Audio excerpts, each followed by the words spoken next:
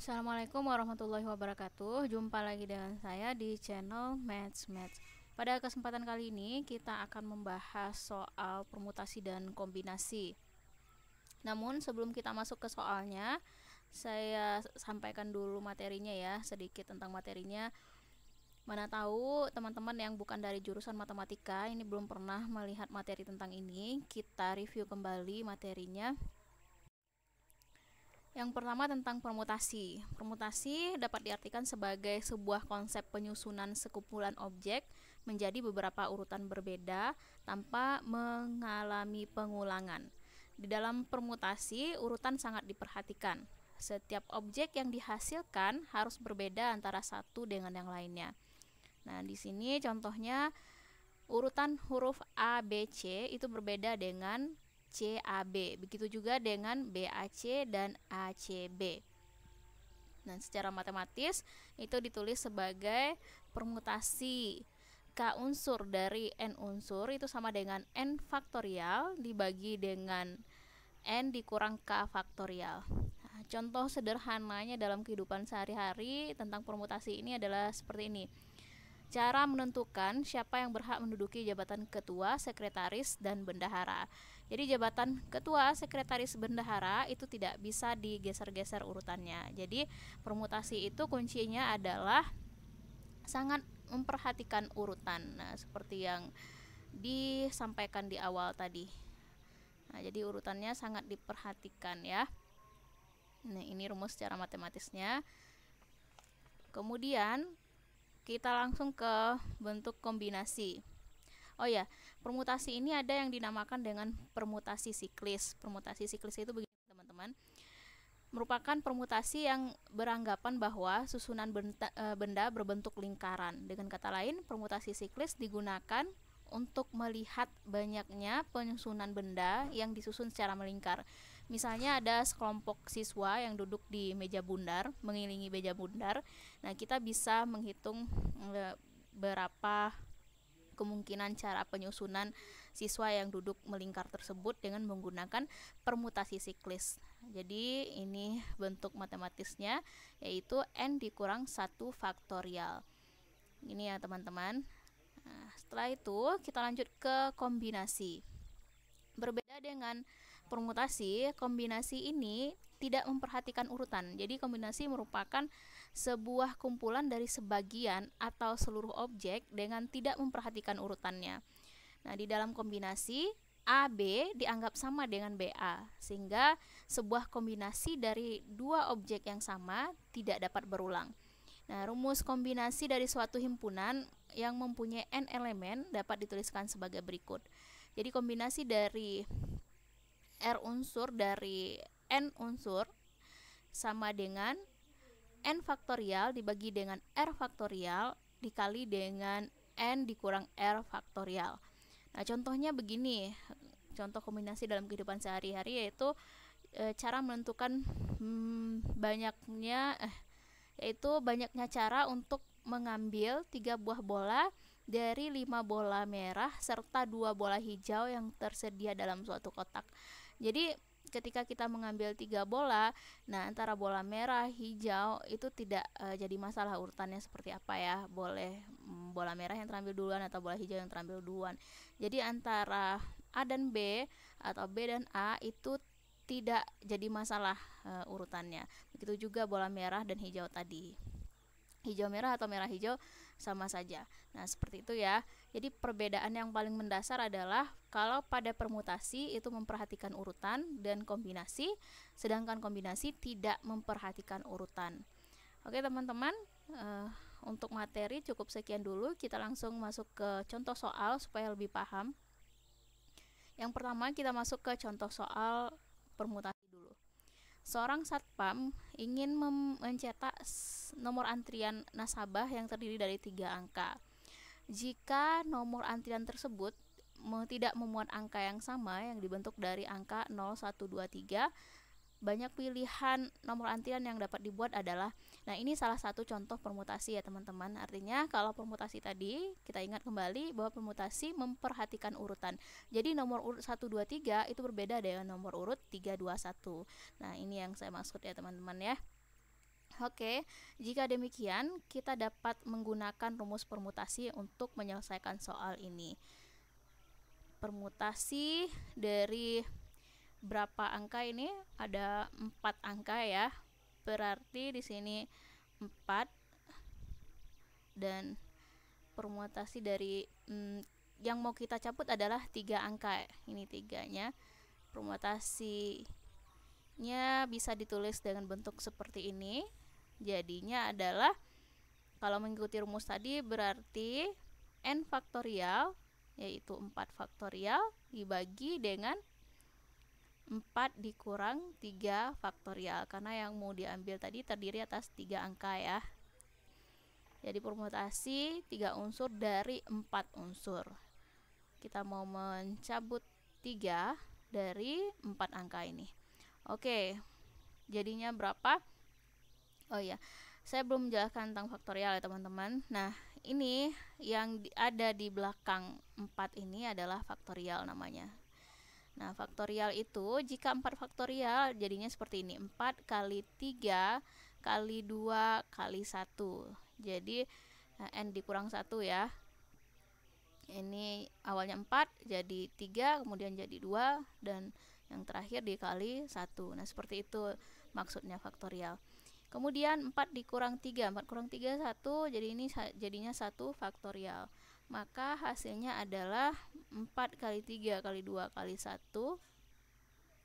yaitu 4 kali 3 12, 12 kali 2 sama dengan 24. Nah, jadi banyak pilihan nomor antrian yang dapat dibuat adalah 24. Jadi dari angka 0, 1, 2, 3 tadi dapat dibuat nomor antrian 3 angka. Itu banyaknya caranya adalah sebanyak 24. Jadi jawabannya adalah yang C. Soal nomor 2, setiap tahun SMA Pelita Bangsa selalu mengadakan pentas seni. Sebelum acara akbar, para siswa mengadakan pemilihan ketua, sekretaris, dan bendahara. Setelah melakukan seleksi, ada 5 orang siswa yang mendaftarkan diri.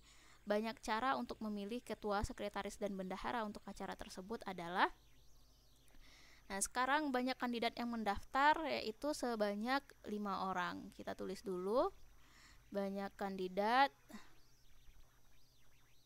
sama dengan 5 orang. Jadi n-nya sama dengan 5. Oke. Karena yang akan dipilih adalah 3 orang, yaitu ketua, sekretaris, dan bendahara, maka banyak pilihannya adalah permutasi 3 dari 5. Karena yang akan dipilih tadi itu ketua, sekretaris, dan bendahara. Jadi R-nya itu sama dengan ini.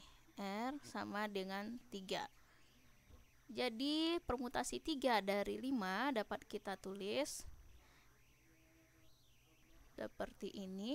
Jadinya adalah 5 faktorial dibagi dengan 5 dikurang 3 faktorial. 5 faktorial sama seperti tadi caranya, 5 kali 4 kali 3 kali 2 kali 1 faktorial. Dibagi dengan 5 kurang 3. 5 kurang 3 adalah 2 faktorial. 2 faktorial itu sama dengan 2 kali 1 faktorial, berarti ini bisa habis. Jadinya adalah 5 kali 4 20 kali 3 sama dengan 60. Jadi jawabannya adalah 60 cara untuk memilih ketua, sekretaris, dan bendahara untuk acara tersebut ya. Jawabannya adalah yang C. Kita lanjut ke soal yang ketiga. Ini yang ketiga baru kita masuk ke, oh ya, ini masih permutasi, tapi ini permutasi siklis. Kita lihat soalnya, kenapa permutasi siklis. Dari 5 orang anggota keluarga akan segera duduk mengelilingi satu meja bundar. Nah, ini kuncinya meja bundar di sini ya teman-teman. Banyak cara penyusunan yang bisa dibuat dari 5 orang tersebut adalah, ini merupakan soal permutasi siklis. Tandanya adalah mereka mengelilingi meja bundar. Jadi, cara menyelesaikan permutasi siklis seperti yang saya bilang tadi, permutasi siklis itu ini 5 siklis ya. Dari n-nya sama dengan 5, maka sama dengan n dikurang 1. N kurang 1 faktorial. N-nya adalah 5, maka 5 kurang 1, kemudian faktorial sama dengan 4 faktorial, sama dengan 4 kali 3 kali 2 kali 1. Sama dengan 24 cara. Nah, kok nggak ada hasilnya? Oke teman-teman, ini saya keliru, harusnya salah satu dari jawaban ini ada 24 ya. Ini saya lupa masukkan jawaban 24.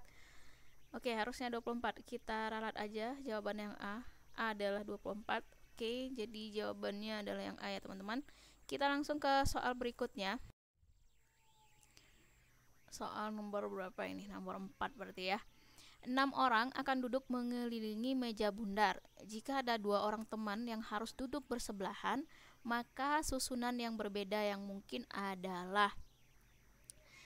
Nah, ini juga merupakan permutasi siklis karena ada 6 orang yang akan duduk mengelilingi meja bundar dan 2 orang dari yang 6 itu duduk saling bersebelahan ya. Berarti bisa yang 2 orang ini kita misalkan dengan A dan B, berarti bisa jadi A di sebelah kirinya B atau sebaliknya B sebelah kirinya A. Jadi jika ada yang duduk bersebelahan seperti itu, berarti kan mereka nyatu nih. Berarti yang ini dan ini dianggap satu berarti ya. Ini satu. Jadinya adalah 5 elemen jadinya, bukan 6 lagi. Jadi maksud saya seperti ini teman-teman. Misalnya gini nih, kita ilustrasikan dengan meja seperti ini ya. Awalnya ada 6 orang, jadi di antara yang 6 itu ada yang duduk berdekatan seperti ini. Nah, selebihnya tidak duduk berdekatan. Ini satu. Nah, seperti ini maksudnya. Jadi ada 2 orang yang berdekatan ini dianggap satu. Berarti jadinya adalah 5 faktorial ya teman-teman. Maksudnya 5n-nya, bukan 5 faktorial. N-nya sekarang sama dengan 5. Jadi N sama dengan 5. Di antara yang 5 ini, yang 2 ini ada 2 kemungkinan. Seperti yang saya bilang tadi, A bersebelahan dengan B. Seperti ini, bisa jadi sebelah kirinya adalah B dan sebelah kanannya A. Atau A-nya sebelah kiri dan sebelah kanannya B. Jadi ada 2 kemungkinan. Banyaknya susunan melingkar untuk kemungkinan pertama. Misalnya untuk kemungkinan yang pertama AB misalnya ya, A-nya sebelah kiri dan B-nya sebelah kanan. Berarti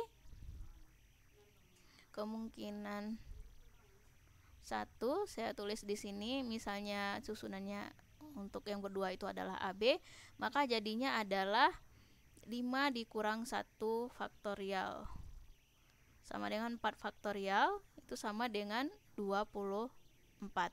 Kemudian kemungkinan kedua, kemungkinan 2, B berada di sebelah kiri A, maka sama seperti tadi juga, tetap 5 dikurang 1 faktorial sama dengan 4 faktorial sama dengan 24. Jadi banyaknya susunan yang berbeda yang mungkin adalah, ini tambah aja, berarti 48 cara. Ini tempat duduknya ya, 48. Nah, ini saya lupa lagi. Oh ya, ada sebelah kanan. Oke. Ini jawabannya adalah yang D, 48. Oke, teman-teman, mudah-mudahan bisa dipahami untuk soal yang ini. Kita langsung ke soal berikutnya, soal nomor 5. Ini soal kombinasi nih. Coba lihat perbedaan antara soal kombinasi dan soal permutasi. Sebuah kantong berisi 6 kelereng putih, 4 kelereng biru, dan 3 kelereng merah.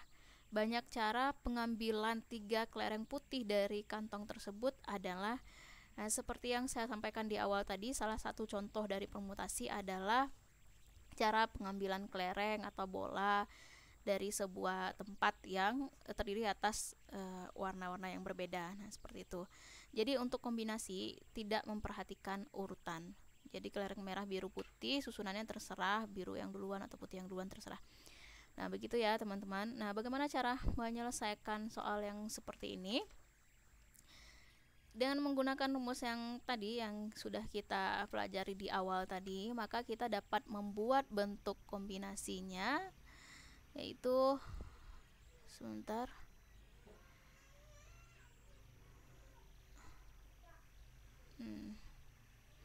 Jadi sekarang kan ada 6 kelereng putih, kemudian 4 kelereng biru dan 3 kelereng merah. Nah, pertanyaannya adalah banyak cara pengambilan 3 kelereng putih. Jadi kelereng putih yang diambil. Tadi kelereng putih itu ada 6 kelereng ya, 6 kelereng. Makanya kita bisa membuat kombinasi 3 dari 6 kelereng tersebut. Karena yang akan diambil adalah 3 kelereng putih. Jadi diambilnya dari kantong tersebut jadinya seperti ini. Karena ada 6 kelereng putih yang ada di dalamnya kan. Sehingga jadinya adalah, masih ingat rumus kombinasi tadi? N faktorial dibagi dengan N dikurang R faktorial dikali dengan R faktorial. Nah, N-nya sekarang ada 6, kemudian R-nya sama dengan 3. Sehingga jadinya adalah, maaf teman-teman agak bising, 3 faktorial 6 kurang 3 faktorial. Jadinya adalah 6 faktorial ini sama dengan 6 kali 5 kali 4 kali 3 faktorial. Kenapa tidak saya lanjutkan? Karena 3 faktorial ini bisa habis dengan 3 faktorial di bawahnya. Ini jadinya 3 faktorial juga. Nah, ini kan habis ya teman-teman. Kemudian yang tersisa adalah 6 kali 5 kali 4, kemudian dibagi dengan 3 faktorial. 3 faktorial itu sama dengan 3 kali 2 kali 1 faktorial. 1 faktorial sama dengan 1 ya teman-teman. Jadi ini 6-nya habis, jadinya adalah 20 cara. Maka jawaban yang benar adalah yang E. Baik, kita lanjut ke soal terakhir. Seorang peternak akan membeli hewan ternak untuk dipelihara. Dia akan membeli 3 ekor sapi, 4 ekor domba, dan 5 ekor kambing. Seorang pedagang mempunyai 6 ekor sapi, 6 ekor domba, dan 8 ekor kambing. Banyak cara yang dapat dilakukan untuk memilih hewan ternak yang akan dibeli adalah.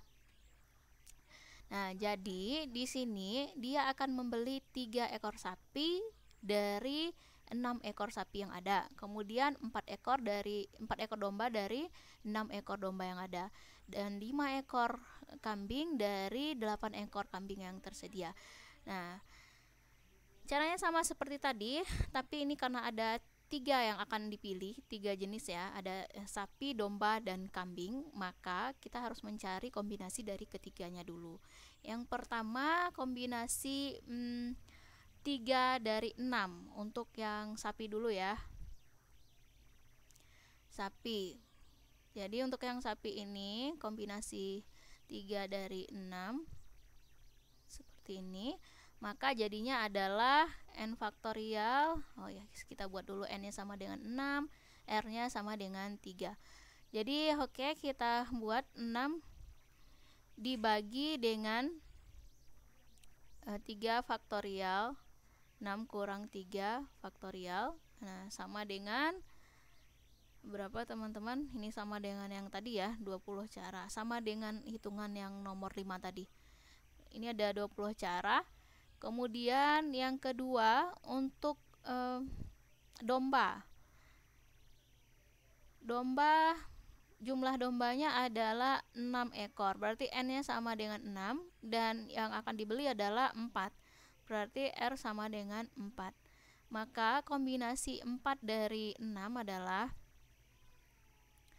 sama dengan, ini faktorialnya, 6 faktorial dibagi dengan 4 faktorial, 6 dikurang 4 faktorial.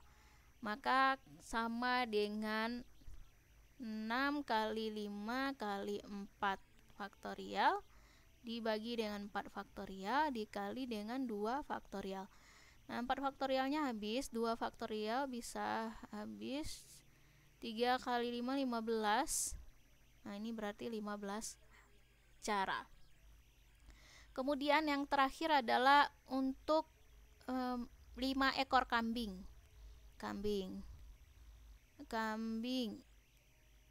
Untuk kambing yang tersedia adalah 8 ekor. Berarti N sama dengan 8. Kemudian akan dibeli 5 ekor. Jadi R-nya sama dengan 5. Maka kombinasi 5 dari 8 itu sama dengan 8 faktorial dibagi dengan 5 faktorial. 8 dikurang 5 faktorial. Maka sama dengan 8 faktorial, bisa kita buat 8 kali 7 kali 6 kali 5 faktorial dibagi dengan 5 faktorial dikali dengan 3 faktorial. 5 faktorialnya habis, kemudian ini 3 faktorialnya juga bisa habis dengan 6. Sisanya adalah 8 dikali dengan 7, yaitu 56 cara. Kemudian teman-teman, pertanyaannya adalah banyak cara yang dapat dilakukan untuk memilih hewan ternak yang akan dibeli adalah. Jadi banyak cara untuk memilih semua hewan ternak dari kombinasi-kombinasi tadi, tinggal kita kali aja. Jadi C kombinasi 3 dari 6 dikali dengan kombinasi 4 dari 6 terbalik dikali dengan kombinasi yang terakhir adalah 5 dari 8. Maka sama dengan yang pertama tadi ada 20 cara, kemudian berikutnya untuk yang kedua 15 cara, dan yang terakhir adalah 56 cara. Nah, tadi sudah saya kalikan, hasilnya adalah 16.800 cara. Nah, gitu. Oke teman-teman, demikianlah pembahasan soal pada hari ini. Mudah-mudahan penjelasan saya dapat dipahami. Semoga bermanfaat. Terima kasih. Assalamualaikum warahmatullahi wabarakatuh.